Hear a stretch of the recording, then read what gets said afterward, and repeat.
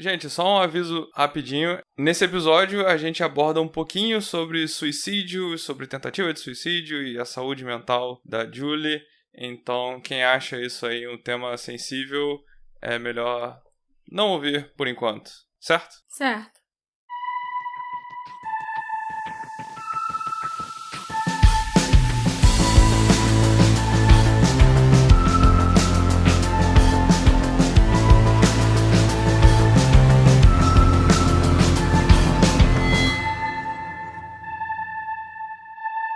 Olá, ouvintes queridos! Tudo bem com vocês? Aqui é a Marcela, host do Detetive do Sofá, e hoje eu vou contar para vocês a segunda parte do caso da Julie Cutler, né? Na semana passada eu contei o início para vocês, contei quem era a Julie, como ela desapareceu, o que aconteceu na noite em que ela desapareceu, e também a gente falou sobre o carro dela. Como o carro foi encontrado e tudo o que aconteceu durante aquele ano de 1988 nas investigações. E agora a gente vai falar sobre outras coisas, né? Também relacionadas a esse caso. Eu vou dar mais detalhes para vocês sobre o que aconteceu nas investigações nos anos seguintes. E a gente também vai explorar algumas teorias. Para. Mas antes, Marcela... Não esperava por essa, né? Não. Antes, Marcelo, eu quero lembrar aos nossos ouvintes que esse podcast conta com apoio de pessoas lindas, maravilhosas e cheirosas que têm os pets mais bonitos do mundo, que são os nossos apoiadores. São eles que propiciam que esse programa continue aí semanalmente, que dá um trabalhão. Então, se você quiser se tornar um apoiador e ouvir os episódios mais cedo, torne-se um apoiador, vai lá na Aurelo. Entre no nosso grupinho, que é muito legal, que você não vai se arrepender. Vai ouvir os episódios mais cedo. Quem tá no grupo ouve mais cedo ainda, porque geralmente eu termino de editar e já jogo lá. Então tem essa vantagem também. E aí, todos nós vamos ser felizes. Eu não me lembro de ter casado com o João Kleber, não. Graças a Deus. Só pra constar. Mas então, Marcela, o que mais que você tem pra me contar sobre a Julie?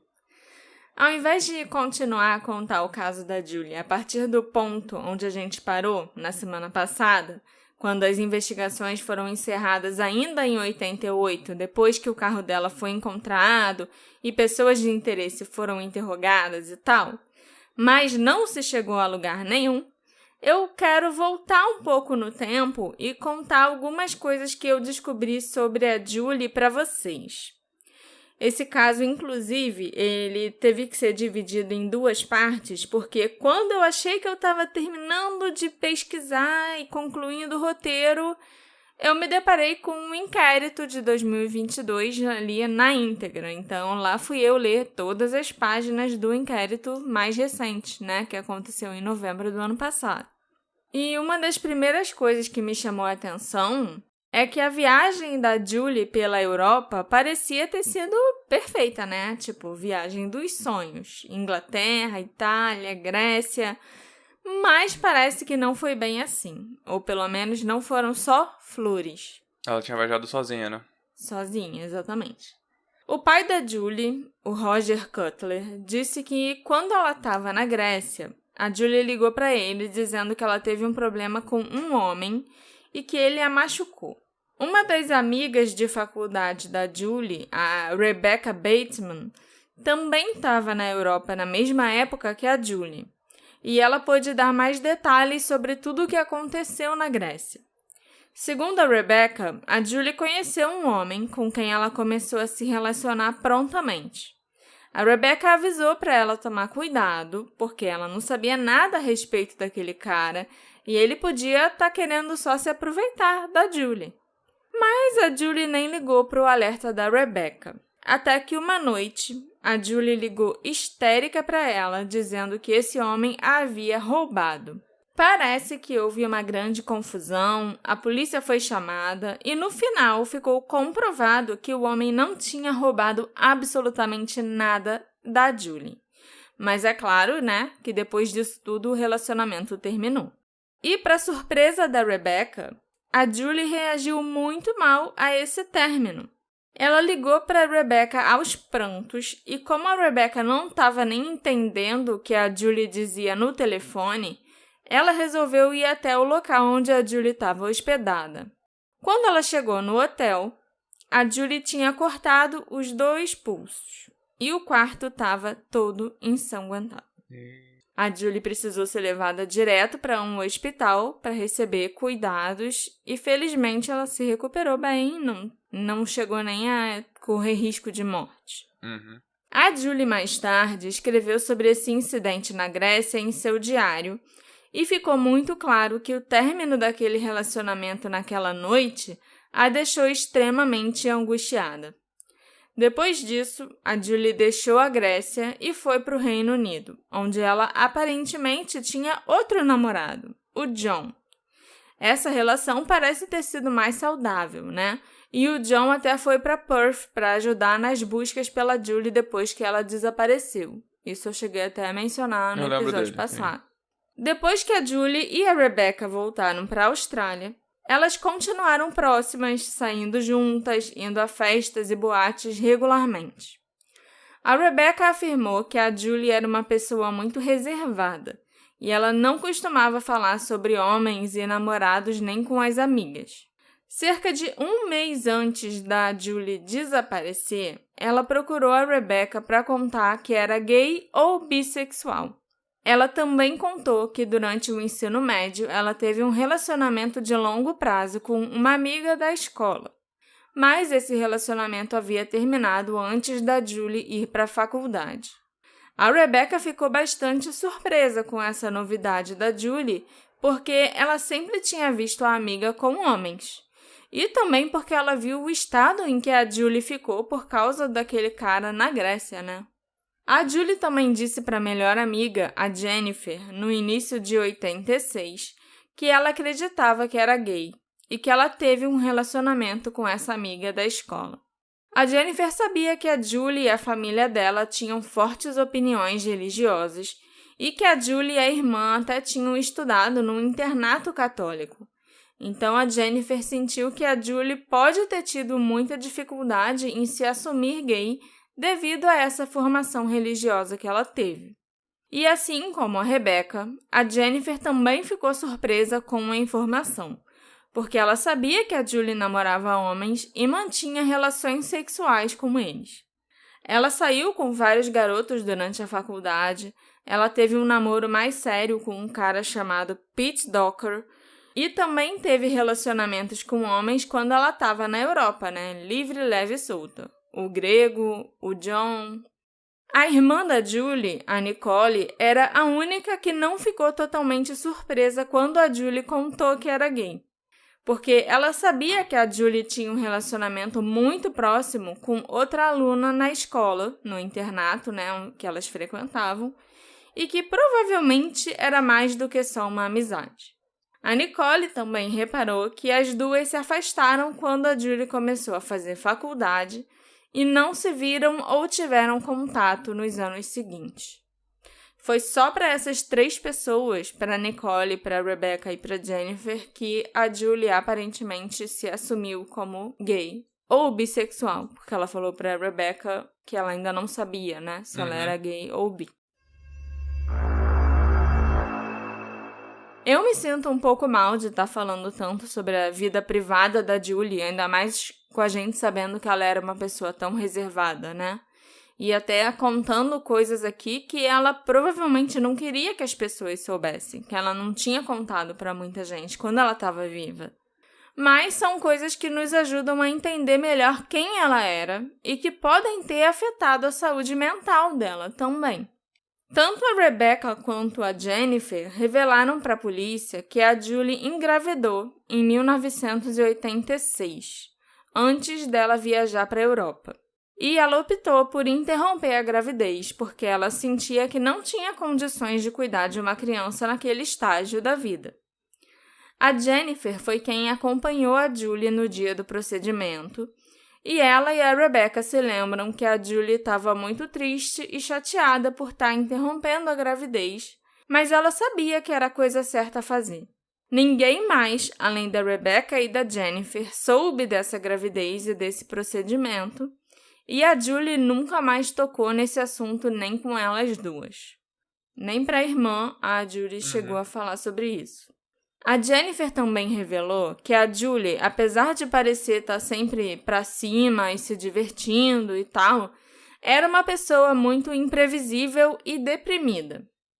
Ela sofria com pensamentos muito negativos e persistentes, além de mudanças bruscas de humor. Quem não a conhecia tão bem assim, achava que a Julie estava sempre em busca de atenção. Ela também bebia muito quando saía com os amigos à noite. A Julie dizia que gostava de esquecer tudo e se libertar, e só a bebida conseguia fazer isso por ela. O problema é que quando ela bebia, a Julie sempre acabava tendo comportamentos arriscados. Ela aceitava sair com qualquer homem, pegava carona com esses caras e só dava notícias no dia seguinte. Ela também fazia sexo com qualquer um quando ela estava bêbada e perdia o controle e as inibições. Ela também ia para lugares bem remotos e isolados com estranhos. E esse comportamento pareceu se agravar depois que ela voltou da Europa para a Austrália, quando ela estava particularmente infeliz com a vida dela. Parece que eu tô falando de outra pessoa, né? Agora, nesse episódio. E não é a mesma pessoa de quem a gente falou no episódio passado. Mas todo mundo tem dois lados. Os dois lados da Julie eram bem diferentes, assim, um do outro. Na verdade, eu acho que ela conseguia esconder bem tudo isso que a gente está falando aqui agora, nesse episódio. Parecia que a Julie estava tendo dificuldade em se acomodar e se adaptar de novo em casa depois da viagem. E ela estava um pouco deprimida por estar em Perth novamente e trabalhando com serviços gerais e garçonete no hotel. Não era o que ela tinha em mente, não era o que a Julie desejava para o futuro, e foi um contraste enorme em relação à vida que ela levou nos meses que passou fora. As coisas ainda pioraram mais para Julie quando a melhor amiga dela, a Jennifer, foi viajar em março de 88. Foi pro Japão, né? Isso, foi a vez da Jennifer passar alguns meses fora. Embora as duas amigas nunca mais tenham se visto novamente, elas trocaram muitas cartas e cartões postais. E cerca de 3 semanas antes do desaparecimento da Julie, a Jennifer recebeu um cartão postal dela que tinha uma foto da Marilyn Monroe na frente. E no verso do cartão, a Julie escreveu: "Gostaria de ser sugada da face da terra por uma deliciosa dose de câncer." Caraca! A Jennifer ficou completamente chocada com as palavras da Julie, principalmente porque ela sabia que a mãe da Julie, a Robin, tinha morrido de câncer quando ela era criança. A Jennifer ligou e deu uma bronca na Julie por ela ter falado coisas tão inapropriadas, negativas e dramáticas, e também disse que estava desapontada com ela por ter enviado aquele cartão. As duas se falaram uma última vez no telefone na semana do desaparecimento da Julie e já estava tudo bem entre elas. Depois que a Jennifer foi informada pela irmã, a Fiona, que a Julie estava desaparecida, ela releu todas as cartas e cartões postais que a Julie tinha enviado para ela. E foi aí que a Jennifer se tocou que nenhuma das cartas era muito edificante e havia apenas uma carta que era mais positiva, sabe? A Julie não parecia estar num bom espaço mental quando ela escreveu as cartas.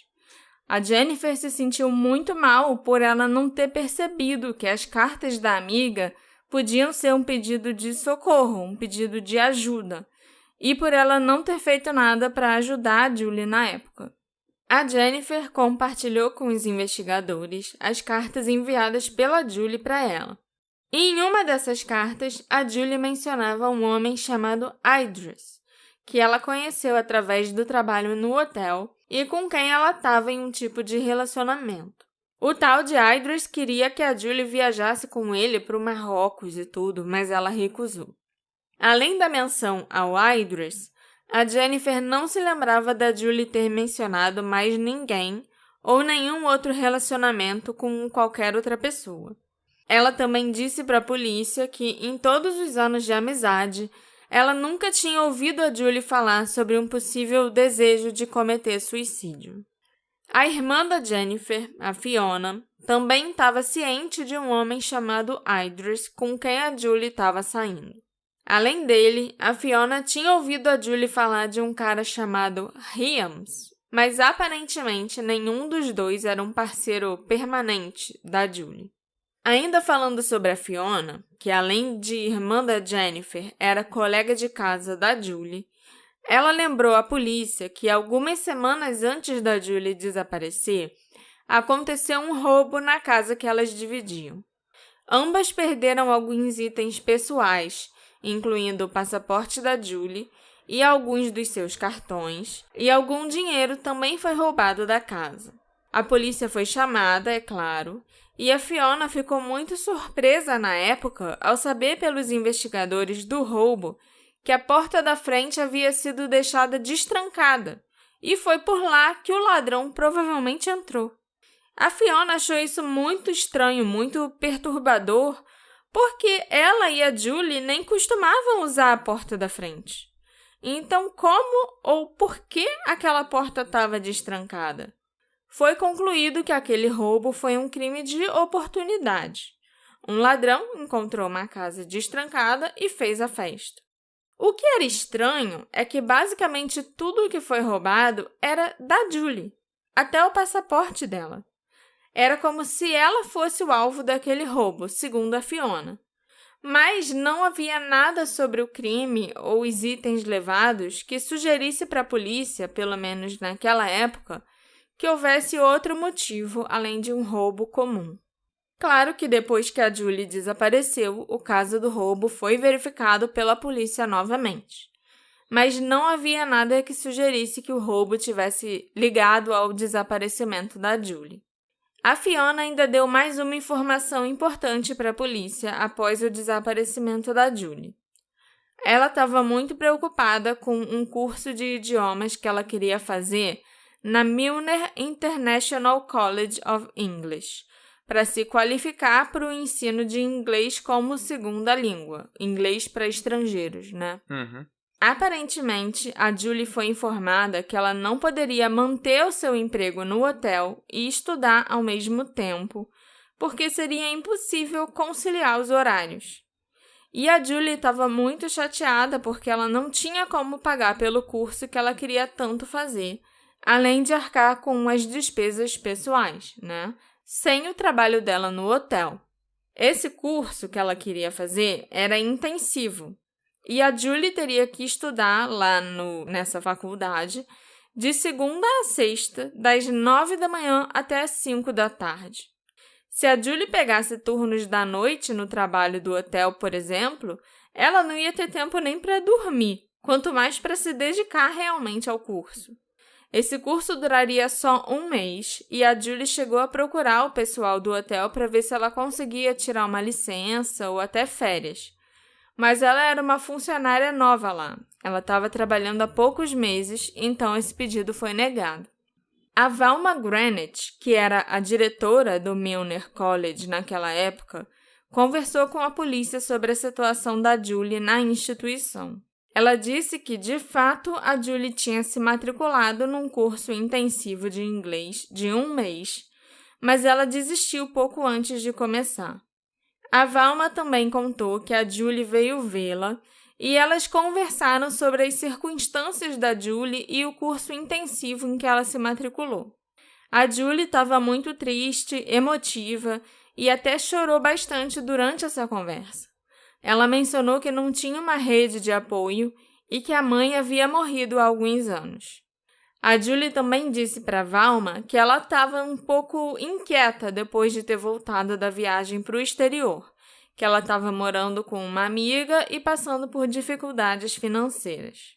A Valma explicou para Julie que, devido à natureza exigente do curso, trabalhar enquanto ela estudava não seria possível. A Julie não ia dar conta de tudo. Ela então sugeriu que a Julie guardasse dinheiro e fizesse o curso algum tempo depois. A Valma até garantiu que a Julie teria uma vaga no próximo curso se ela se sentisse mais estável financeiramente e emocionalmente também. Ela acreditava que a Julie tinha se sentido melhor depois dessa conversa. Geralmente, era a política do Milner College não reembolsar completamente o dinheiro dos cursos se o candidato fosse incapaz de comparecer. Mas, devido às circunstâncias da Julie e ao fato deles terem encontrado outro aluno para preencher a vaga que seria dela, a Valma conseguiu que a instituição abrisse uma exceção e desse o reembolso total para a Julie. Uma carta com o cheque do reembolso foi enviada para ela por volta de 17 de junho de 88. Então, infelizmente, a Julie não o recebeu antes de desaparecer. Ela provavelmente nem ficou sabendo que ela receberia o valor total do curso de volta. Putz. A Nicole, a irmã da Julie, também sentiu que ela estava lutando para voltar à rotina da vida em Perth. Logo que a Julie voltou da Europa, ela foi morar na casa que a mãe havia deixado para as duas em Victoria Park, onde ela tinha morado, antes de viajar para a Europa mesmo. Mas a Nicole também estava morando lá quando a Julie voltou. No início, as duas até se deram bem, mas, no início de 88, as irmãs discutiram e a Julie se mudou para o apartamento da Fiona. A Nicole e a Julie só se viram novamente mais uma vez, 2 semanas antes da Julie desaparecer. Como a Nicole não tinha o número de telefone para falar com a Julie, nem sabia onde ela estava morando, a Nicole foi até o hotel onde a Julie trabalhava no início de junho para tentar se reconectar com a irmã. As duas conversaram brevemente. A Nicole chamou a Julie para tomar chá, mas a Julie estava trabalhando e não podia naquele momento. Ela disse para Nicole que ligaria depois para elas marcarem um encontro. A Nicole se sentiu bem depois da conversa e não tinha motivos para acreditar que a Julie não ligaria para ela. Mas a Julie não teve tempo de entrar em contato porque alguns dias depois ela desapareceu. Outra coisa estranha que aconteceu nesse período pré-desaparecimento e que o pai da Julie, o Roger, contou para a polícia é que cerca de 1 mês antes dela desaparecer, a Julie ligou para ele e contou sobre um incidente numa rodovia. Aparentemente, a Julie estava dirigindo seu Fiat dos anos 60 pela rodovia Stirling e um carro começou a segui-la. Ela estava indo para casa depois de sair do trabalho no hotel quando esse carro a seguiu de perto por vários quilômetros ao longo dessa rodovia, quase encostando no para-choque traseiro dela. O carro parecia estar tentando forçá-la a sair da estrada. E quando ela se aproximou de uma saída da rodovia que ia para o subúrbio de Cottesloe, à beira-mar, onde o carro dela inclusive foi encontrado quando ela sumiu, esse outro carro passou à frente dela e de repente virou, como se ele estivesse tentando bloquear a passagem do Fiat da Julie. Ela conseguiu desviar e fugir, e quando ela chegou em casa muito abalada, ela relatou esse incidente à polícia e ligou para o pai. A Julie tinha certeza que aquele carro queria tirá-la da estrada ou forçá-la a encostar. Depois que ela estava mais calma, ainda conversando com o pai no telefone, ela fez planos de visitar a família dele em Kalgoorlie no final de junho ou início de julho, mas ela desapareceu algumas semanas antes dessa visita acontecer. A Julie também ligou para a avó materna em York depois desse incidente, para perguntar se ela poderia visitá-la e ficar lá alguns dias. A avó disse que a Julie sempre era bem-vinda lá e podia ir quando quisesse, mas ela também não chegou a ir para York antes de desaparecer. O pai e a família materna da Julie depois se perguntaram se ela poderia estar querendo conversar com a família sobre alguma coisa importante, e por isso ela teria ligado para o pai e para a avó naquele dia. Ou se era realmente só mesmo uma consequência daquele incidente, porque ela estava muito abalada e queria ficar com família, com alguém da família. Mas ninguém nunca vai ter essa resposta. No dia anterior do desaparecimento da Julie, 18 de junho de 88, ela trabalhou ajudando a servir um jantar que estava sendo realizado numa suíte do 10º andar do hotel. Nessa noite, a Julie trabalhou com uma colega chamada Carmela Fleming, que era a garçonete-chefe daquele jantar. A Julie só estava auxiliando a Carmela e deveria cumprir as ordens dela. Em seu interrogatório com a polícia após o desaparecimento da Julie, a Carmela lembrou que a Julie toda hora ficava abrindo as portas deslizantes para a varanda da suíte e saindo. Daquela varanda, era possível ver o estacionamento do hotel quando se olhava diretamente para baixo. A Carmela disse que começou a ficar com raiva, porque ela precisava que a Julie ficasse lá dentro e a ajudasse a servir. Mas a Julie continuava indo para a varanda sem dizer um motivo. Em um dos momentos em que a Carmela foi lá fora pedir para a Julie voltar ao trabalho, a Julie parecia angustiada e disse algo como: "Eu só quero pular, só quero me matar." A Carmela, naquela hora, não respondeu nada e simplesmente pediu a Julie que ela voltasse para dentro para ajudá-la a servir os convidados. No final da noite, quando os convidados, as pessoas, finalmente tinham ido embora, o jantar tinha acabado e elas duas estavam limpando a suíte, a Carmela conseguiu uma oportunidade de conversar com a Julie. E a Julie disse para a Carmela que havia terminado com um namorado e estava se perguntando se o carro dele estaria no estacionamento. Então era por isso que ela ficava indo até a varanda, para olhar lá para baixo, para o estacionamento, e ver se o carro dele estava lá. O que eu particularmente acho bem estranho, porque, a não ser que fosse um carro bem diferente ou chamativo, eu não acho que seria possível reconhecer um carro do 10º andar. A Carmela também se lembrou que a Julie estava muito emotiva e não conseguia parar de chorar. Ela tentou consolar a Julie, dizendo que ela ainda era jovem e tinha a vida toda e muita diversão pela frente, e abraçou a Julie. A Carmela achou melhor não perguntar mais nada porque a Julie só chorava. E também porque elas não eram íntimas, elas eram só colegas de trabalho que às vezes tinham que servir juntas em algum jantar ou no restaurante do hotel. Elas não se conheciam direito. No final do turno, a Carmela e a Julie caminharam até seus carros no estacionamento. A Carmela afirmou que a Julie parecia mais calma naquele momento. Ela pareceu pegar um vestido dentro do carro e voltou para dentro do hotel enquanto a Carmela foi embora. Ela não teve contato com a Julie depois daquela noite. O vestido provavelmente era o que a Julie ia usar na festa dos funcionários no dia seguinte, que ela pode ter tirado do carro e ido deixar no vestiário feminino do hotel.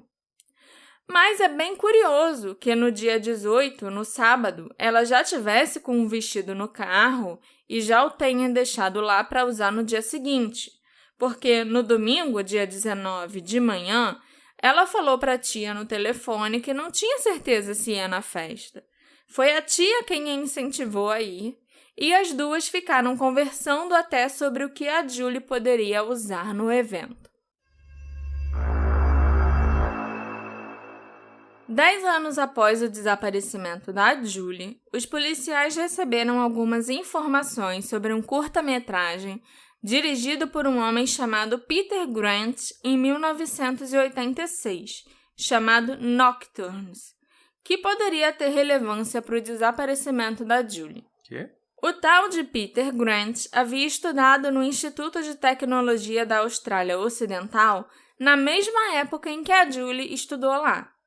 E ele fez esse filme entre julho e setembro de 86, cerca de 2 anos antes do desaparecimento dela. Ah, Marcela, então por que a gente vai perder tempo falando desse filme? Porque o filme era sobre um homem e uma mulher que decidem cometer suicídio. A mulher comete suicídio numa banheira e o homem comete suicídio dirigindo seu veículo de um quebra-mar para dentro do oceano à noite. O filme em si não deixa claro que era o quebra-mar da praia de Cottesloe, embora seja de fato onde a cena foi filmada, e o que estava escrito no roteiro. Foi onde o carro dela sumiu. O ator principal desse filme era um rapaz chamado Pete Docker. Você já ouviu esse nome no início desse episódio, quando eu mencionei alguns namorados que a Julie teve. Na época em que Nocturnes foi filmado, o Pete Docker e a Julie estavam em um relacionamento. E o Docker era quem fazia o papel do homem que dirige o carro do quebra-mar para dentro do oceano. Embora ele não tenha filmado essa cena de verdade por razões óbvias, né? Era só um curta-metragem de faculdade, gente. Não tinha um orçamento do Velozes e Furiosos que os carros vão até pro espaço agora, se precisar. Então, em novembro de 1998, 2 policiais envolvidos na reinvestigação do caso da Julie, o detetive Selby e o policial Kinsella, foram ao endereço do diretor desse filme, o Peter Grant, para falar com ele sobre o filme e a Julie. O Grant disse à polícia que ele achou engraçado quando ouviu alguns anos depois que um carro tinha sido encontrado no oceano perto do quebra-mar da praia de Cottesloe, mas não pensou muito sobre isso. Ele aparentemente não se tocou que era o veículo da Julie Cutler, e não ficou sabendo nem na época que a Julie era uma pessoa desaparecida. Então, não ocorreu ao Peter Grant entrar em contato com a polícia na época e avisá-los sobre o filme e a semelhança com o que ocorreu em 88. O Peter Grant disse à polícia que ele conhecia a Julie por meio da sua associação com o Peter Docker, o ator principal do filme. Mas ele não a conhecia muito bem e ela não desempenhou nenhum papel no curta-metragem. O filme foi exibido na faculdade em algumas ocasiões e também no Festival de Fremantle em 87, antes do desaparecimento da Julie. Para a polícia, parecia uma coincidência muito grande que o carro dela fosse encontrado em tais circunstâncias, depois de ter uma conexão, mesmo que tênue, com o filme feito apenas 2 anos antes. O Peter Grant morava em Cottesloe na época do desaparecimento da Julie. E naquela época havia uma sugestão de que ela poderia ter ido visitar alguém em Cottesloe depois de deixar a festa da equipe do hotel. Eu não sei se vocês lembram, mas quando ela estava indo para o estacionamento com a Connie, depois de sair da festa, ela falou, eu vou encontrar alguém agora, mas é segredo, e não falou quem era a pessoa. Lembro. Mas não existe nenhuma evidência que sugira que o Peter Grant esperava ver ou de fato viu a Julie naquela noite. Peter Grant era o diretor ou era o ator? Ah, tá. No final das contas, nenhuma nova pista surgiu dessa linha de investigação. E a polícia não conseguiu estabelecer uma forte ligação entre o filme e o desaparecimento da Julie, embora tivesse claro que havia algumas conexões entre a Julie, a praia e o quebra-mar de Cottesloe. O primeiro progresso real nas investigações do desaparecimento da Julie aconteceu no primeiro aniversário do caso, em 89, quando os donos de uma loja de kebab estavam assistindo o telejornal e viram que a polícia estava pedindo novamente que qualquer um com informações sobre a Julie os contatasse. Lorraine e Roger Palmer eram os donos dessa loja de kebab no Centerways Arcade, um fliperama que ficava localizado a aproximadamente 400 metros a pé do Parmelia Hilton Hotel, onde a Julie trabalhava. Depois de verem a matéria no telejornal, onde a Julie aparecia numa imagem vestida com o uniforme de trabalho dela do hotel, o Roger Palmer contatou a polícia. Ele e sua esposa Lorraine haviam encontrado uma sacola plástica contendo um uniforme semelhante ao da Julie 1 ano antes. Eles ainda tinham a blusa do uniforme guardada, porque na época em que a sacola apareceu, eles reconheceram que parecia a blusa de uniforme daquele hotel. Também havia um par de meias pretas na sacola, mas isso eles acabaram jogando fora. Eles guardaram só a blusa nos achados e perdidos, porque eles imaginaram que um funcionário apareceria para procurá-la. Mas isso não aconteceu. O tempo passou e eles acabaram até esquecendo daquele uniforme e a blusa ficou 1 ano guardada. Eles só lembraram dela e pensaram que poderia ser da Julie quando viram a matéria. A polícia levou a blusa para análise e confirmou que era o tamanho que a Julie usava e que era, sim, parte do uniforme do hotel. Inclusive, as blusas eram fabricadas especialmente para o hotel, então só podia ser de uma funcionária de lá. Além disso, o hotel tinha um sistema organizado em que os funcionários trocavam uniformes sujos por uniformes limpos e passados, o que sinalizava qualquer item ausente. Os funcionários não levavam os uniformes para lavar em casa, por exemplo. A blusa nunca passou por testes forenses, mas ela é do tamanho que a Julie usava e corresponde ao período do desaparecimento dela. Por esses motivos, parece certo que essa era, de fato, a blusa de trabalho da Julie. A Lorraine falou com a polícia novamente em 2018, quando as investigações do inquérito começaram. E ela disse para os investigadores que em algum momento de 88, ela estava varrendo a loja de kebab depois que a loja fechou e notou uma sacola plástica branca embaixo de uma das mesas. Havia um uniforme dentro dele, incluindo a meia calça preta e a blusa. Ela também disse que na época do desaparecimento da Julie, em 88, a loja de kebab fechava às 13 horas, nas tardes de sábado, e só abria novamente 7h30 da manhã de segunda-feira. A Julie sumiu na madrugada de domingo para segunda. Inclusive, o carro dela deve ter entrado na água antes das 5 da manhã de segunda, porque a partir desse horário os salva-vidas já ficavam de plantão, circulando pela praia de Cottesloe. Se a blusa apareceu na loja de kebab, depois da loja abrir, né? É lógico, às 7h30 da manhã de segunda, com certeza não foi a própria Julie que deixou aquela sacola ali. E falando na noite em que a Julie desapareceu, 2 dos suspeitos iniciais da polícia eram aqueles 2 poloneses que dançaram com ela na festa do hotel e que a convidaram para ir até a casa deles. Eles se chamavam Tadeusz Maciejewski e Gregory Swiatek.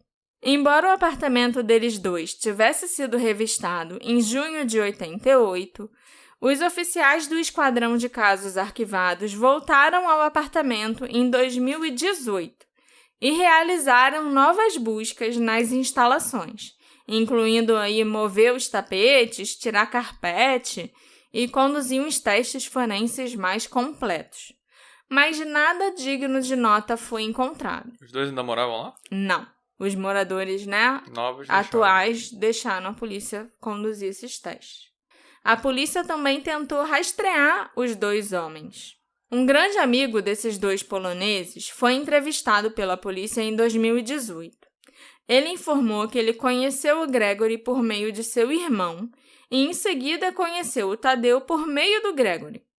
Ele se tornou um bom amigo do Tadeusz e afirmou que o Tadeusz falava inglês, polonês e alemão, e ele havia migrado da Alemanha para a Austrália. Esse amigo sabia que os 2 homens trabalhavam no Hilton, no mesmo hotel que a Julie, e que ambos gostavam de socializar.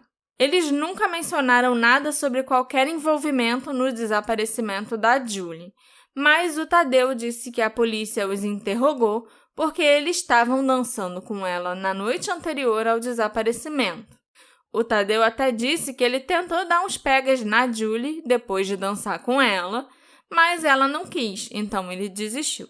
Esse amigo disse que o Tadeusz, anos depois, tinha cismado que ele estava sendo seguido e que havia pessoas o observando. A paranoia dele só foi aumentando com o tempo, mas não havia nada que sugerisse que essas preocupações fossem reais. Inclusive, a própria polícia confirmou mais tarde que o Tadeusz não estava sob vigilância deles em momento algum. Aparentemente, o Tadeusz fez uma operação dentária em 93 e a saúde mental dele sofreu um declínio significativo em um curto espaço de tempo. Não me perguntem, gente, o que o dente, a operação dentária, teve a ver com a saúde mental do homem. Nem se teve alguma coisa a ver, porque eu realmente não entendi essa parte, não. mesmo lendo o inquérito inteiro 2 vezes. Porque eu achei muito curioso que no inquérito constasse exatamente isso. Essa causa e consequência. O Tadeu fez uma operação dentária em 93 e aí a saúde mental dele foi pro brejo. Eventualmente, os amigos do Tadeu ficaram suficientemente preocupados com o seu estado mental e compraram um voo só de ida para despachar ele de volta para a Polônia em 15 de janeiro de 94. Lá, ele poderia ficar com a sua família e receber os cuidados que ele necessitava. O inquérito policial estabeleceu que o Tadeu não havia retornado à Austrália desde então, e ele não pôde ser encontrado para ser interrogado novamente sobre o desaparecimento da Julie. Já o Gregory ainda morava na Austrália Ocidental, então ele foi interrogado novamente. O Gregory forneceu um relato muito semelhante às informações que ele já tinha dado à polícia lá em 88. Ele ainda nega ter qualquer envolvimento no desaparecimento da Julie e ele acredita que o Tadeu também não estava envolvido. Você deve estar se perguntando, Alexandre, por que eu estou falando desses 2 caras de novo nesse episódio, se eles aparentemente não tinham nada a acrescentar? Eu espero que tenha alguma suspeita nova. Nos anos após o desaparecimento da Julie, vários dos parentes dela receberam ligações estranhas de um homem não identificado com sotaque europeu, provavelmente um sotaque alemão, que perguntava sobre o desaparecimento da Julie e sugeria que ele tinha informações, embora nenhuma informação específica tenha sido fornecida. A Nicole, a irmã da Julie, recebeu uma dessas ligações em dezembro de 93, assim como a sua tia materna. Mas o homem que ligou acabou desligando rápido em ambas as ocasiões, após um curto período de tempo na linha falando com elas. 93 foi o ano da cirurgia. Dezembro de 93. Exatamente. É o ano do tratamento dentário que te deixa mal. Exatamente. Uma das meia-irmãs da Julie e da Nicole, a Rachel, também atendeu uma dessas ligações na casa da família em Kalgoorlie, em uma data desconhecida, né? Ela não lembra quando isso aconteceu. E o homem pediu para falar com o pai da Julie. A Rachel foi buscá-lo, mas quando ela voltou com o pai, o homem já tinha desligado. A Rachel também se lembra de ter recebido outras ligações excêntricas ao longo dos anos. O Roger Cutler, né, o pai das meninas, disse que ficaria muito feliz em falar com o homem que estava fazendo aquelas ligações, mas ele nunca conseguiu falar com o cara que ligou pessoalmente e não conseguiu estabelecer quem ele era ou o que ele sabia sobre o desaparecimento da Julie. Tentativas foram feitas pela polícia para rastrear as ligações, sem sucesso. Algumas das pessoas que receberam esses telefonemas já tinham falecido quando as investigações do inquérito começaram, em 2018. Mas essas pessoas haviam contado a outros membros da família o que tinha sido dito nas ligações antes de morrerem. E pelo menos 3 das chamadas pareciam ter um conteúdo semelhante. O homem que ligou teria dito o seguinte: se eu morrer, a próxima vez que você ouvirá falar da Julie será do exterior. Eu sou a pessoa que eles estão procurando. Pensei em deixar você saber. Tô deixando a Austrália para sempre, então se você quiser fazer algo, precisa fazer logo. Eita. No inquérito, a polícia afirmou que eles concluíram que o autor dessas ligações anônimas era o Tadeu Maciejewski. As ligações começaram após o Tadeu começar a sofrer os problemas de saúde mental. Ele também tinha o mesmo sotaque alemão ou polonês que o homem dos telefonemas tinha, e logo após dele ir embora para a Polônia, em janeiro de 94, as ligações pararam. Então, foi uma conclusão bem óbvia, não precisava nem do inquérito para determinar isso. A questão aqui é se o Tadeu realmente tinha informações sobre a Julie ou não. Se ele teve algum envolvimento no desaparecimento da Julie de verdade ou não. E isso só ele próprio poderia esclarecer, mas, como eu falei para vocês, ele não foi encontrado. E a gente também não pode sair dando muita credibilidade para o que o Tadeu estava falando, porque ele estava com sérios problemas de saúde mental, aparentemente. Eu fico me perguntando se o que causou esse problema poderia ter sido algo que ele fez com a Julie. Tipo, a culpa, ou a algo agravado. paranoia. Eu fico me perguntando, na verdade, o que foi que ele fez no dentista. Brincadeira. Lógico, Mas, eu também. assim, é pra ficar longe, né? Mas será que foi agravado? Será que foi o... A anestesia? Não, sei lá. será que foi tipo o que culminou? Foi só o estopim pra uma crise Sim. que já tava vindo? Sei lá. É. Houve outro telefonema relevante, recebido muito antes desses telefonemas estranhos feitos pelo Tadeu.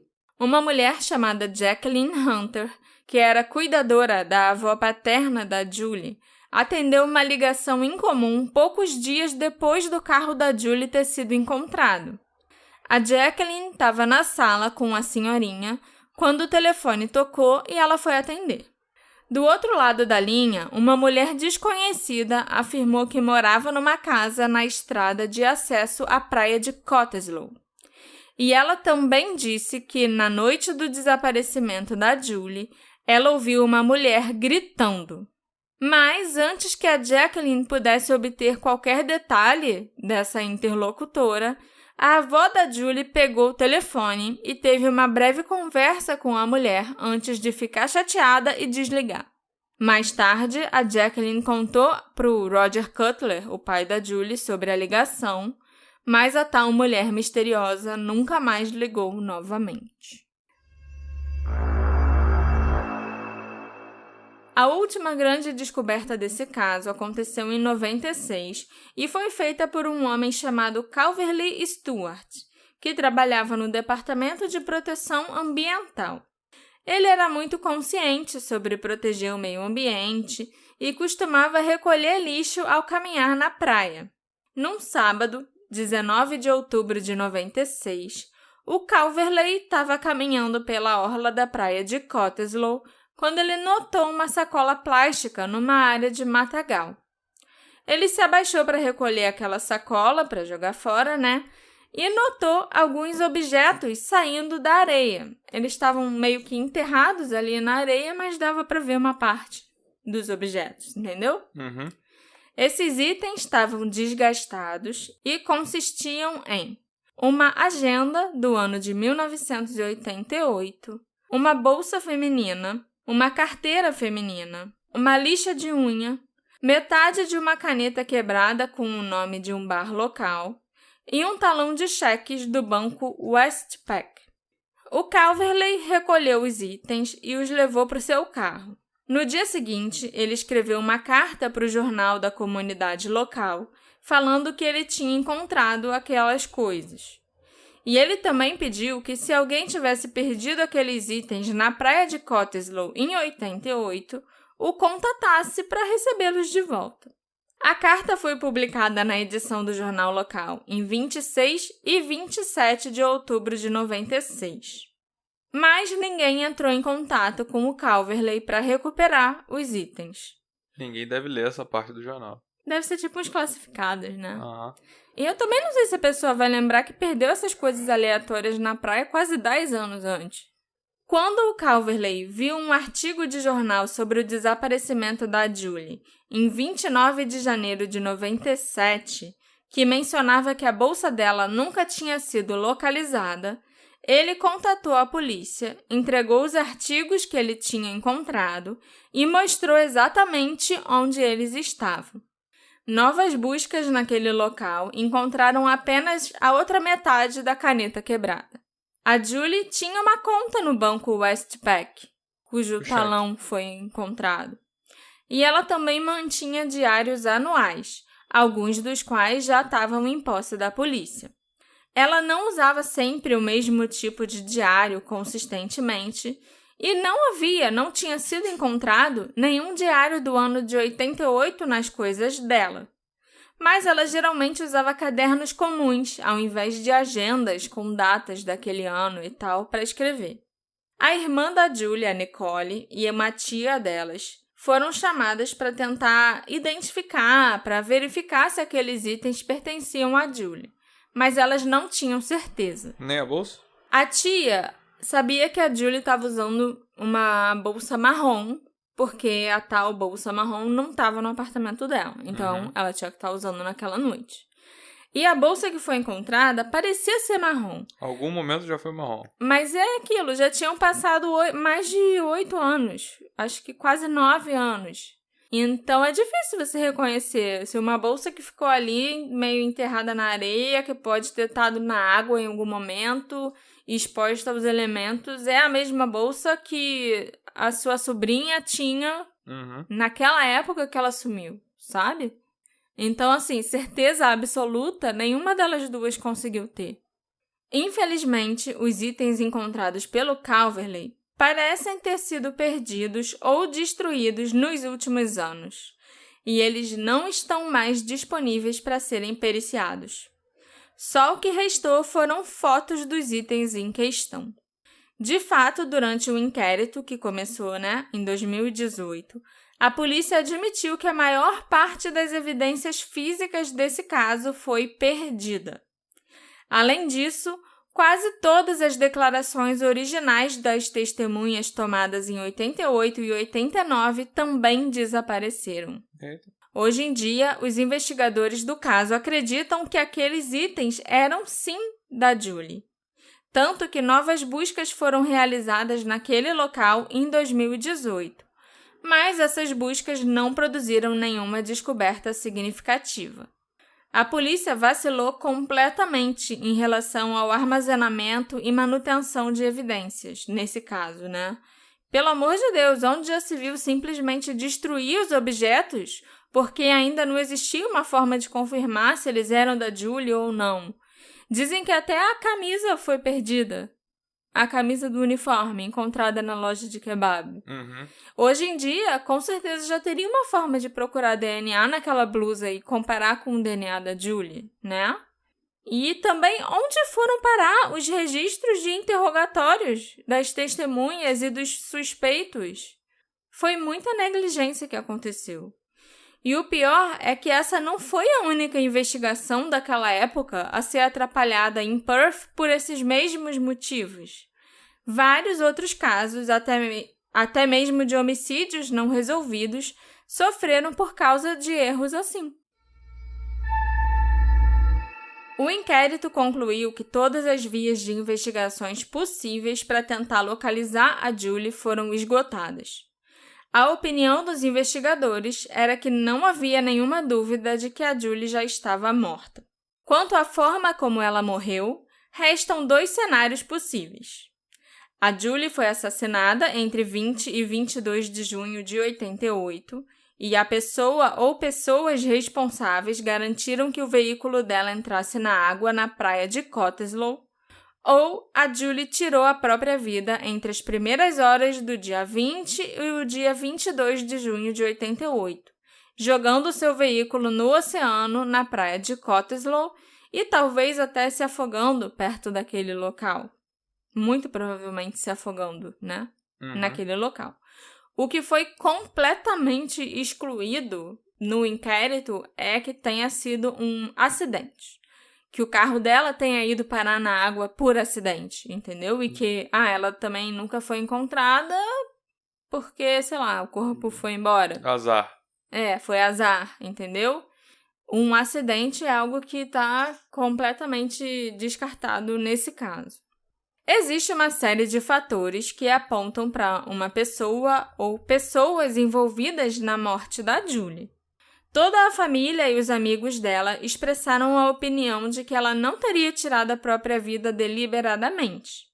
Embora muitos deles soubessem que ela tinha crises de humor, depressão e até mencionasse o suicídio algumas vezes, nenhum deles jamais sentira que ela tinha uma intenção real de se matar. Pelo contrário, eles acreditavam firmemente que isso ia de encontro ao tipo de pessoa que ela era e aos valores que ela tinha. Quem conhecia bem a Julie também aponta para o fato de que ela era uma escritora prolífica, que mantinha diários, escrevia longas cartas e se orgulhava muito da sua capacidade de se expressar por escrito. Então seria muito estranho a Julie não deixar nenhum tipo de bilhete ou carta explicando as suas ações e descrevendo os seus pensamentos e emoções se ela tivesse de fato feito a escolha de tirar a própria vida. E realmente isso é algo que faz muito sentido pra mim, porque a Julie escrevia tudo. Ela escrevia tudo que ela sentia todos os dias, sabe? Ela escrevia tudo que estava na cabeça dela. Ela escrevia como tinha sido o dia dela. Ela mandava cartas enormes para meia-irmã dela, a Rachel, que morava em Kalgoorlie. Mandou cartas enormes para Jennifer quando a Jennifer foi para o Japão. Ela era uma pessoa que gostava de escrever e que gostava muito que os outros soubessem como ela estava se sentindo. Talvez fosse uma pessoa até que fizesse não só um bilhete de suicídio, mas um para cada pessoa, né? Exatamente. Testemunhas também apontaram para o fato de que a Julie parecia estar de bom humor naquele domingo, e em particular no trabalho naquela noite. Ela parecia feliz, estava festejando e não tinha nada fora de comum em seu comportamento. Ela socializou com muita gente, tomou muito champanhe, sabe? No momento em que a Julie deixou a festa do hotel, ela ainda parecia estar num bom estado de espírito. E ela falou com a Connie, a colega de trabalho com quem ela passou a maior parte do tempo na festa, sobre ir encontrar alguém ainda naquela noite. As 2 taças de champanhe do hotel que foram encontradas no porta-luvas do carro da Julie também sugerem essa possibilidade, né? De que ela realmente ia encontrar ou encontrou alguém depois da festa. Porque isso era uma das coisas que eu achei mais estranhas quando o carro foi encontrado. A Julie tinha levado com ela, em algum momento, 2 taças de champanhe e uma toalha do hotel, onde ela enrolou as taças. E estava no porta-luvas do carro dela, então porque ela ainda pretendia usar, certo? Ninguém jamais se apresentou para indicar que tinha planos de se encontrar com a Julie naquela noite, depois da festa, e que ela não apareceu. Ou então, sim, eu encontrei a Julie e eu fui a última pessoa a ver a Julie com vida depois daquela festa no hotel. Ainda houve também aquele telefonema de 88, poucos dias após o carro da Julie ser encontrado, que foi atendido pela Jacqueline na casa da avó da Julie. O telefonema sugeria que alguém que morava perto da praia de Cottesloe ouviu uma mulher gritando na noite em que a Julie sumiu. Não há mais detalhes disponíveis, mas levanta sim a possibilidade que a Julie pode ter sido vítima de um crime naquela área no dia em questão. Nós também não podemos esquecer dos telefonemas anônimos recebidos pelos familiares da Julie entre 15 de dezembro de 93 e 3 de janeiro de 93. Todos feitos por um homem com sotaque europeu e fazendo referência a Julie e alguma sugestão de que ele estava envolvido no desaparecimento dela. O Tadeu Maciejewski, o provável autor dessas ligações, foi considerado um suspeito pela polícia já na época do desaparecimento da Julie e também nas investigações posteriores. Infelizmente, o Tadeu não foi encontrado de 2018 para cá. E a gente também não pode esquecer que existem evidências bem consistentes que o Tadeu tinha alguns problemas de saúde mental na época. Pode ser que ele não soubesse o que ele estava falando. Ele pode ter dado uma de Charles, no caso do Kent Highholt. Sim. Mokhtar, aquele homem casado com quem a Julie estava saindo e que eu mencionei na primeira parte desse caso, no episódio anterior, foi interrogado novamente muitos anos depois, em outubro de 2018. Nessa época, ele estava morando na Malásia, então quem o interrogou foram os oficiais da Polícia Real da Malásia, a pedido do Esquadrão de Casos Arquivados da Austrália. Nesse interrogatório, o Mokhtar forneceu muito pouca informação, além de indicar que ele se encontrou com a Julie 3 ou 4 vezes para jantar. Depois disso, o Mokhtar conversou 2 vezes por telefone com o detetive Hamilton, em 4 de dezembro de 2018 e 9 de janeiro de 2019. Durante essas 2 conversas, o Mokhtar admitiu pela primeira vez que ele tinha sim um relacionamento sexual com a Julie. Ele confirmou que fez sexo com ela em 3 ou 4 ocasiões e também disse que a Julie sabia que ele era casado na época e não se importava. O Mokhtar também admitiu pela primeira vez que ele tinha estado na festa dos funcionários no Hotel Parmelia Hilton a convite da Julie. na noite em que ela sumiu. Ok. Ele foi na festa, né, segundo o testemunho dele próprio, e ficou lá por cerca de 2 horas. Ele afirmou também que depois foi embora e não fez nenhum plano de encontrar a Julie mais tarde. O que é muito estranho é que ninguém que esteve na festa mencionou ter visto o Mokhtar ou alguém com a descrição dele interagindo com a Julie durante a festa, sabe? Nós sabemos que ela chegou na festa com a Connie, a colega de trabalho, que ela foi vista dançando com os poloneses na pista de dança e interagindo também com alguns outros funcionários ali do hotel. Se o Mokhtar não tivesse revelado que ele estava na festa, eu acho que eu não ia nem desconfiar que ele passou por lá. Esse Mokhtar, sabe o nome todo dele? Porque você falou de um tal de Idris, que ela tava namorando. Enquanto você tava falando desse tal de Idris, eu pensei nesse podia ser um nome desse cara. Sim. Que tinha só um nome meio exótico. Uhum. Ou o outro nome também, né, que a Fiona falou, que era o nome que ela não conseguia entender direito, Heinz ou alguma coisa assim. Aham. Mas eu não tenho o nome todo do Mokhtar. Eu vou continuar tentando descobrir. Mas eu achei muito bizarro isso, sabe? Tipo... O cara de outro país... Eu falo, agora... Então, eu tava na festa, assim, naquela noite. A Julie me convidou e eu fui. Fiquei lá umas 2 horas e tal, sabe? Uhum. É muito, muito esquisita essa história dele. Nossa. Se eu tiver que suspeitar de alguém agora que fez alguma coisa com a Julie, eu suspeito do Mokhtar. Uhum. Além desses 2 homens suspeitos que eu mencionei, o Tadeu e o Mokhtar, algumas investigações foram feitas para tentar descobrir se a Julie pode ter sido uma vítima do assassino em série de Claremont, o Bradley Edwards.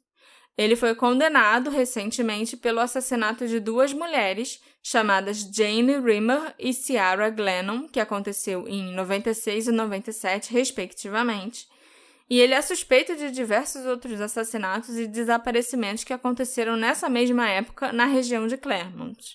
Embora a Julie tenha desaparecido cerca de 8 ou 9 anos antes dessas mulheres serem assassinadas, notou-se que elas viveram ou cresceram na mesma área, tinham associação com o Iona Presentation College, o colégio interno onde a Julie fez o ensino médio, tinham a mesma idade quando desapareceram, porque elas desapareceram antes dos corpos serem encontrados, né? E também tinham o mesmo tipo físico da Julie. Já o assassino, o Bradley Edwards, também havia sido aluno do Instituto Tecnológico da Austrália Ocidental, a mesma faculdade que a Julie, mas ele estudou lá depois que ela já tinha concluído a faculdade. O Bradley tinha apenas 19 anos quando a Julie desapareceu, e nessa época ele era mais um ladrãozinho que atuava na área de Huntingdale. Por muito tempo, a Julie foi considerada a possível primeira vítima do assassino em série de Claremont, antes dele ser identificado, né? Mas eu acho bem improvável, e hoje em dia a polícia também concorda. Inclusive, ele foi descartado da lista de suspeitos de um possível assassinato da Julie. Essa lista, quando o inquérito começou em 2018, tinha 48 possíveis suspeitos, né? Pessoas de interesse. Nossa. Até hoje, eles só descartaram completamente 4 pessoas dessa lista. Então, a lista da polícia ainda tem 44 pessoas de interesse no caso da Julie. Não faço a menor ideia de quem são essas pessoas, além, né, das pessoas que a gente citou ao longo desses 2 episódios, que são os mais óbvios. Mas 44 é muita coisa, sendo que pelo menos 5 dessas pessoas já morreram, então é mais difícil você descobrir alguma coisa com a pessoa morta. A revisão do caso arquivado da Julie levou em consideração também um incidente relatado em que uma jovem foi atacada ao entrar em seu carro no estacionamento na madrugada de 27 de maio de 88, menos de um mês antes da Julie desaparecer. E essa jovem foi atacada após sair de uma boate no Hotel Sheraton. Ela foi arrastada de dentro do seu veículo, agredida e amarrada antes de ser colocada no porta-malas de um outro carro e largada num lugar remoto. Então, o caso dela, eu acho bem parecido com o que pode ter acontecido com a Julie, né? Só que essa mulher sobreviveu, procurou a polícia, contou o que tinha acontecido com ela e tudo, mas o atacante dela, o agressor dela, nunca foi identificado. E isso aconteceu 3 semanas antes da Julie desaparecer, em circunstâncias praticamente iguais, saindo de uma festa na boate de um hotel.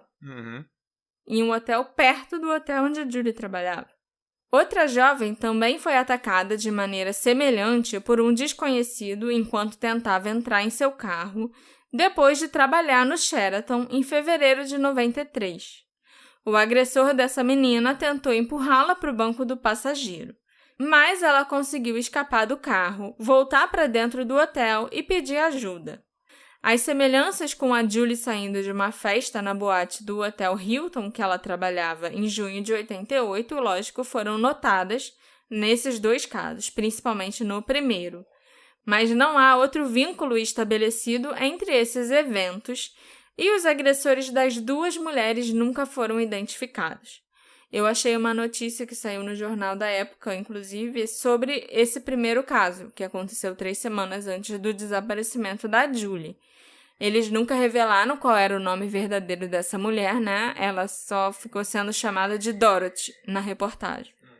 Agora, entrando na possibilidade da Julie ter cometido suicídio, na família dela há um histórico familiar de casos de suicídio, um dos quais antecedeu o desaparecimento da Julie e era algo que poderia ter impactado a Julie enquanto ela crescia. É claro que isso não significa que ela seguiria o mesmo caminho desse membro da família, mas ela pode ter considerado essa opção quando estava se sentindo muito deprimida, angustiada e infeliz. A Julie também era uma pessoa que experimentou um trauma muito forte quando criança, como resultado da morte prematura da mãe e do novo casamento do pai, quando ela ganhou uma madrasta malvada de quem ela não gostava.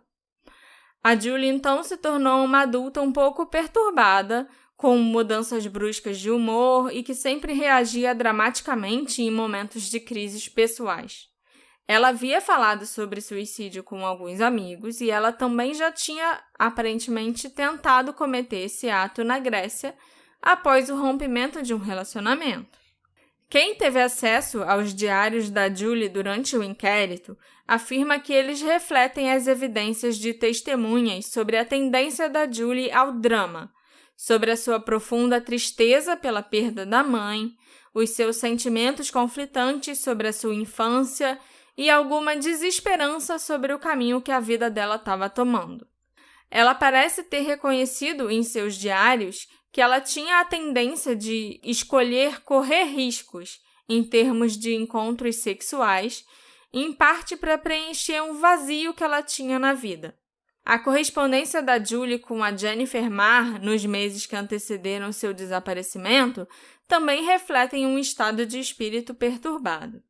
Além disso, há evidências da Valma, a diretora do curso que a Julie queria fazer, e da Carmela, a chefe das garçonetes com quem a Julie trabalhou no sábado, que viram a Julie num estado muito angustiado e muito emocional, não muito antes do desaparecimento dela. O estado mental da Julie parecia estar bastante frágil, muito pouco tempo antes dela ser vista pela última vez. E ela usou palavras na conversa com a Carmela que sugeriam que ela tinha pelo menos pensamentos fugazes de suicídio. Obviamente, o seu estado de espírito havia melhorado quando ela falou com a tia no telefone e com outras pessoas no dia seguinte, no domingo. E ela parecia bastante bem e bastante feliz na festa do trabalho. Mas ela havia bebido, bastante champanhe. E o álcool, ele, claro, pode trazer uma desinibição e uma sensação de euforia, de felicidade e tudo, mas ele também pode levar a pensamentos de automutilação e suicídio em pessoas que estão passando já por momentos difíceis. Outro fator significativo que pode apontar para essa hipótese é o fato do carro da Julie ter sido encontrado na praia de Cottesloe, um lugar que pode ter sido especial para ela. A Julie gravou as iniciais dela nas rochas do quebra-mar da praia e em seu diário do ano de 1987, ela escreveu que quando ela morresse, ela desejava voar pelos oceanos, voar alto como uma gaivota. Mas aí, né, é um desejo que a pessoa tem de tipo, quando eu morrer eu quero ir pro paraíso, quando eu morrer eu quero virar uma gaivota, quando eu morrer eu quero virar um fantasma, assombrar as pessoas e assistir o meu próprio funeral. Eu não acho que isso necessariamente tem a ver com uma ideia de suicídio. É só uma reflexão de o que será que nos espera após a morte, entendeu? Há também a estranha coincidência do enredo daquele filme estudantil chamado Nocturnes e as conexões entre a Julie e o filme. Embora não haja nenhuma prova de que ela definitivamente soubesse que esse filme existia ou que ela o tivesse assistido. E, por fim, não há nada sobre a descoberta do carro que descarte a possibilidade de que a Julie o estivesse dirigindo e que ela estivesse sozinha no carro no momento em que o carro entrou na água. O que você acha que aconteceu com a Julie Cutler, Alexandre? Eu acho que muitas coisas apontam para um suicídio. Só que ao mesmo tempo eu tenho uma dificuldade de aceitar que o corpo dela nunca apareceu. Sim, eu também. Isso pra mim é muito esquisito. Sei lá, eu acho que alguma coisa aconteceu e agora, até sabendo que tem 44 suspeitos... 44 suspeitos. Eu acho que pode estar aí no meio, sabe? Uhum. Apesar de ter muita indicação que aconteceu um suicídio. Pra mim, o que pesa contra, né, a teoria de que foi um suicídio é realmente o fato de ela não ter deixado nada, nenhum bilhete. Uhum. E ela parece ser uma pessoa que gosta muito de escrever, gostava muito de escrever, tipo eu, entende? E não passa pela minha cabeça que ela não tenha deixado uma carta, alguma coisa pros familiares dela, pros amigos mais próximos dela. Se ela gostava tanto assim de escrever, ela teria deixado alguma coisa, ela teria dado alguma explicação se ela tivesse resolvido fazer isso. Uhum. E o fato dela não ter deixado nada, pra mim, é um forte indício que, não, ela não desapareceu porque ela quis. Ela não morreu porque ela quis terminar a própria vida. Eu acho que alguém que ela encontrou aquela noite, com quem ela pretendia usar aquelas 2 taças de champanhe, foi o responsável pelo que quer que tenha acontecido com ela. Não é possível chegar a uma conclusão sobre a causa da morte da Julie ou o modo da morte com base nas evidências que a gente possui. Se a Julie decidiu tirar a própria vida, eu acho que é bem provável que ela tenha morrido afogada na praia de Cottesloe. Se, por outro lado, a Julie foi vítima de um homicídio, aí existem várias opções sobre o que pode ter causado a morte dela, né? Sendo o afogamento apenas uma dessas possibilidades. A família e os amigos da Julie já passaram mais de 30 anos se perguntando o que aconteceu com ela e esperando que alguém se apresente para fornecer informações à polícia que investiga o seu desaparecimento desde junho de 88. A investigação do caso da Julie continua aberta, sujeita a qualquer nova informação que surja. No entanto, dependendo de como a Julie morreu, porque uma certeza que esse inquérito estabeleceu é que a Julie está morta, é possível que essas respostas nunca apareçam. Nós só podemos torcer para que um dia a família dela tenha as respostas que eles buscam e que a Julie esteja descansando em paz. Esses episódios sobre a Julie Cutler foram feitos graças à contribuição da nossa querida apoiadora, Jaqueline Félix. Muito obrigada, Jaqueline, pelo seu apoio, por você gostar tanto do Detetive do Sofá, e eu espero que você tenha gostado também desses 2 episódios, né? Se você também quiser se tornar um apoiador do Detetive do Sofá, vai lá, procura a gente no Orelo e escolhe, né, qual categoria de apoiador você quer ser. Acho que a gente nunca falou as categorias aqui. Você pode ser um detetive do banquinho, um detetive da poltrona e um detetive do sofá. Olha aí. Olha aí. A criatividade. Minha criatividade. Então vai lá e escolhe, né? Se você quer um banquinho, uma poltrona ou um sofá. E vocês, meus queridos ouvintes e detetives do sofá, da poltrona, do banquinho, seja lá onde você esteja sentado, o que vocês acham que aconteceu com a Julie Cutler? Vocês acham que foi um suicídio, que ela quis tirar a própria vida naquela noite? Ou vocês acham que algum desses suspeitos, dessas pessoas que a gente falou ao longo desses episódios, pode ter sido o culpado pela morte da Julie? Me encontra lá nas nossas redes sociais, @detetive do sofá, e me conta o que vocês acharam, principalmente dessa segunda parte, né? Do caso da Julie Cutler, que teve tantas revelações. A gente se encontra na próxima investigação. Tchau, tchau. Tchau, tchau.